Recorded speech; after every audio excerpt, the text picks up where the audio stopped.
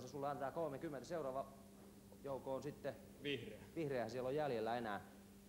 Kaikki mukana. Minkä urheilulajin olympiamitalisteja on Iiro Järvi? Jouko. Paini. Mitä? Paini. Iiro Järvi. Painia. No kun meni jo. No joo, kyllä tietysti tavallaan, mutta jos luistimet jalassa voi painia, eli olympiahopea 28. Lätkä. Joo, Jees. Et niinku lätkän ystävät ei nyt varmaan ole kauhean ihastuneita suhun, Jouko, tällä hetkellä. Minä kuulun nimittäin heihin myös. No ei, kyllä leikki leikkinä ja pylly pois tyynyltä. Kuka ei kuulu joukkoon? Coolidge, Agnew, Eisenhower. Kari. Agnew. Joo, ihan oikein. Hän nimittäin ei ole ollut USA-presidenttinä. Ihan oikein. Punainen väri sulla oli, joten nyt tulee palkinnoksi sitten keltaisesta väristä. Mikä on Ranskan toiseksi suurin kaupunki, Kari? Marseille vai Lyon? Marseille. On oikea vastaus, että keltaisen väri itsellesi. Numeron 17 ja nyt on sitten mahdollisuus voittaa tämä värivaihe, Kari, jos vastaat tähän oikein. Kuka sävelsi ateenalaisten laulun? Sibelius. On oikea vastaus. Numero 18 ja värivaiheenkin voitto. Onneksi olkoon. Ismo ja Jouko. Nyt siis ötyä pöttyy, tai muuten tulee tästä. Ei. Ja toistetaan vielä ne kotipelin numerot. Marika, ole hyvä. Kiitos. Niin värivaiheen jälkeen numerot ovat 1, 5, 6, 16, 17, 18, 19, 20, 24, 27, 29, 30, 31, 35 ja lopuksi 41. Kotipelin numerosta Kari, ole hyvä. Matkaradio. Matkaradio.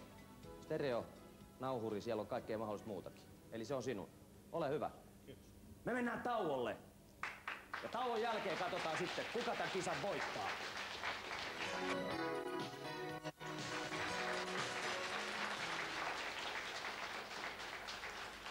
Simpura soikoo nyt sillä tavalla, että Ismo ja Jouko rupeaa nyt tsemppaamaan, että saadaan kunnon kisa aikaiseksi. Tämmönen diili me tehtiin poikaan kanssa, eikö niin? Joo. Hyvä. Ilmestyykö? Täällä lukee ilmestyykä. Joku kirjoittanut silleen hassusti öön sijalle ään tuohon loppuun. Ilmestyykä sanomalehti Etelä-Suomen Sanomat Hämeenlinnassa? Jouko. Ei ilmeisesti. Ei ole vaan Lahdessa. Hyvä. Pieni puhuttelu auttaa aina. Numero 11. Mä olin niin kuin jortikka konsanaan tuossa väliajalla. Sitten taloustietoa. Onko likviditeetti kannattavuutta? Ismo. Ei. Ei, kun se on maksuvalmiutta. Hyvä, Ismo. Numero 23. Kenen retkistä Selma Lagerlöf kirjoitti? Jouko. Jouko. Holgersson, tai siis peukaloissa. No niin. Tulihan se sieltä. Kuinka paljon tässä pitää oikein auttaa yleensä? Numero 43. Tällä tavalla kun näyttää, niin jo menee. Luettele 4 perusmakua. Jouko taas hidasteli. Kari. Makee, hapan, suolainen, Vielä yksi.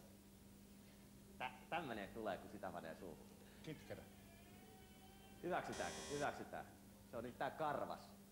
Mut kyllä me hyväksytään. Kitkerä ja karvas. Ylipäätuomari tuolla yritti vähän pistää vastaan, mutta me hyväksyttiin se. Me tehtiin päätös semmonen. Numero 2. Mikä on Libyan valtauskonto?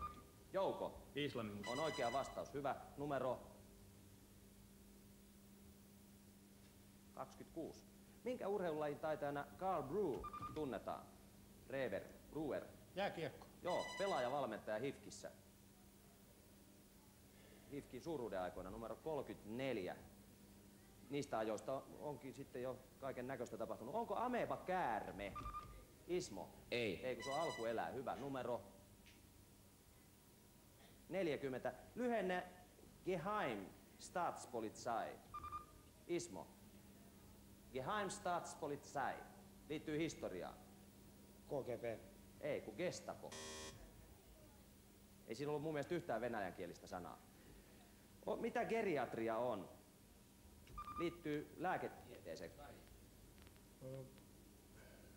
Tällaisia vanhusten tauteja. Joo. Vanhuuden sairauksia, ihan oikein. Numero 4. Missä sijaitsee Transsilvaania? Jouko. Romaniassa. Sekin on oikea vastaus. Hyvä, Jouko. Numero 15.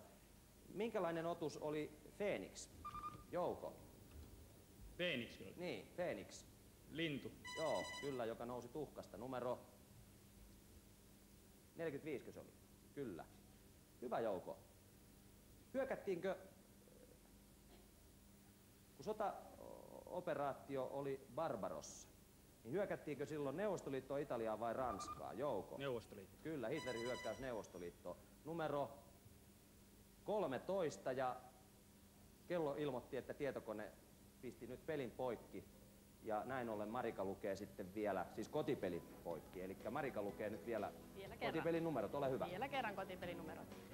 Siis ne ovat 1, 2, 4, 5, 6, 11, 13, 15, 16, 17, 18, 19, 20, 23, 24, 26, 27, 29, 30, 31, 34, 35, 40, 41, 43 ja 45. Ja tietokoneemme on löytänyt mahdollisia voittajaehdokkaita 40 kappaletta. Kotipeli on loppu, puhelimet soimaan nyt. Mitä tekee työkseen Terho Ovaska, Kari? Kansanedustaja. Ei, kun Helsingin Sanomien pilapiirtäjä, joka piirtää siis näistä kansanedustajista kuvia. Kuka voitti jalkapalloilun Euroopan mestaruuden vuonna 1992? Jouko. Hollanti. 92. Tanska. Joo, mutta se on nyt myöhäistä. Tarkkana. Sano Englanti, siis se oli Tanska, joo. Sano Englanti latinaksi. Skotia, Anglia vai Taunus, Kari? Anglia. On oikea vastaus. Numero 3. Missä maassa on maailman suurin jalkapallostadion? Meksiko vai Brasilia, Kari? Brasilia. Rio de Janeiro, Brasilia. Oikein. Numero 32. Missä maassa sijaitsee Balatonjärvi? Jouko. Venäjä. Venäjällä. Unkari. Oliko Francon Espanja puolueeton toisessa maailmansodassa, Kari? Ei ollut. Kyllä se oli virallisesti, mutta epävirallisesti se mun mielestä kyllä oli Saksan kanssa kimpassa, mutta virallisesti se julistautui puolueettomaksi. Eli me ei voida antaa sulle pistettä tästä. Oliko Keynes Nobel-fyysikko, Ismo? Ei. Ei, kun se oli taloustieteilijä. Ihan oikein, hyvä Ismo. Numero 9. Karel Lismont oli maratonin olympiamitalisti, mutta minkä maalainen, Jouko? Belgia vai Ranska? Ranska. Ei vaan Belgia. Tarkoittaako absurdi hilpeää? Kari? Ei tarkoita. Ei, se tarkoittaa järjen vastaista järjetöntä, tosin se voi olla joskus hyvin hilpeää. Numero 33 ja Megavisan voitto, onneksi olkoon, Kari.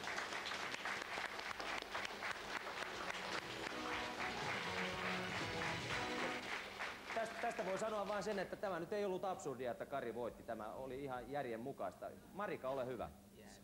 Kari kahmaisi itselleen valtavalla vauhdilla kaikki voitot. No onneksi olkoon. Kiitos.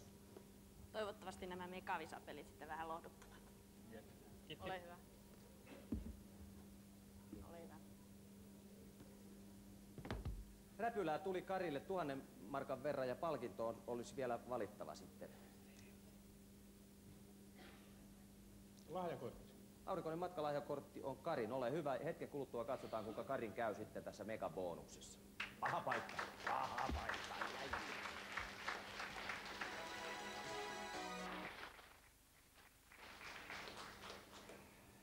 Se on panostus nyt tähän loppuvaiheeseen niin paljon kuin 500 markkaa.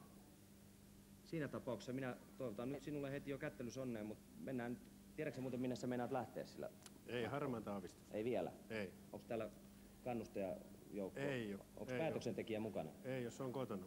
Mutta päättää kyllä. No selvä. Mene sinä tuonne, niin minä menen tänne. Siellähän niitä palkintoja peitellään numeroilla. Ja. Nyt kun... Joo. No nyt, katos. Noin, ja nyt sinä sanot numero. Onnen numero 13. Numero 13. Ja persoonallinen tietokone, sen nimi on Uwe. Se joskus on vähän hidas. Kato, aurinkoinen matka Puerto Ricoon. Onneksi olkoon. Hienoa. Mutta se on kyllä luotettava kone muuten. Pannaan nyt nämä numerot pois ja pannaan toiset tilalle. Ja nyt se tulee se litania. 40 sekuntia aikaa vastaamalla oikein minun esittämiini kysymyksiin. Aikaan saada tuonne ruudukolle suoraan, joko vaakaan pystyyn tai vinottaen. Jos vastaat väärin, joudut vaihtamaan suuntaa, koska silloin se viimeksi huutamasi numero ei ole enää voimassa. Aikaa 40 sekuntia, panos oli 500. Onko jotain epäselvää? Ei ole. Siinä tapauksessa minä toivotan sinulle oikein paljon onnea tähän vaiheeseen ja totean, että kun sinä kuuluvalla äänellä sanot ensimmäisen numeron, meidän kellomme alkaa käydä ja minä alan esittää kysymyksen. Ole hyvä. 6. Missä raajassa sijaitsee värttinäluu? Kädessä. Oikein. Numero. 7. Millä nimellä FA Cup paremmin tunnetaan? Ja kysymys on jalkapallosta. Jalkapallon maailmanmestaruuskilpailu. Väärin. Numero.